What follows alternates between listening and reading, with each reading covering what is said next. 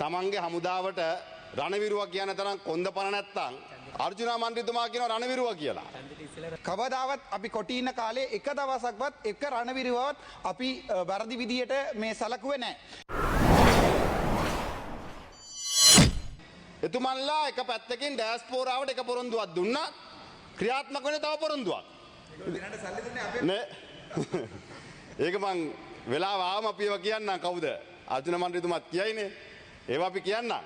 හැබැයි ඩෑස්පෝරාවට එක පොරොන්දුවක් දීලා බලයට ඇවිල්ලා තව එකක් කරනවා. ඒක වහගන්න උතුරෙන් ආපු മന്ത്രിවරට බයිනවා. උතුරෙන් ආපු മന്ത്രിවරට බයිනවා. ඒකත් කියන්නේ මොකද? ජාතිවාදය.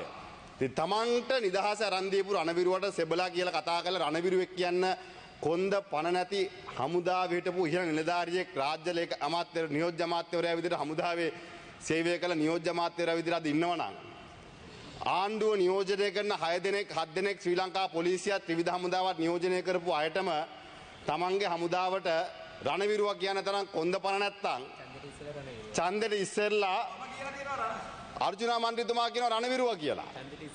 Thank you, Honorable MP Namal Rajapaksa, and thank you, sir. මගේ නම සටහන් කරලා තිබ්බා අර රණවිරුවෝ ගැන මම කියපු කතාව. ඇත්තටම ඉදිගාසේ එල්ලාල ගත්තොත් අපේ එයාවත් අපි මේ සලකලා තියෙනවා හොඳ විදියට.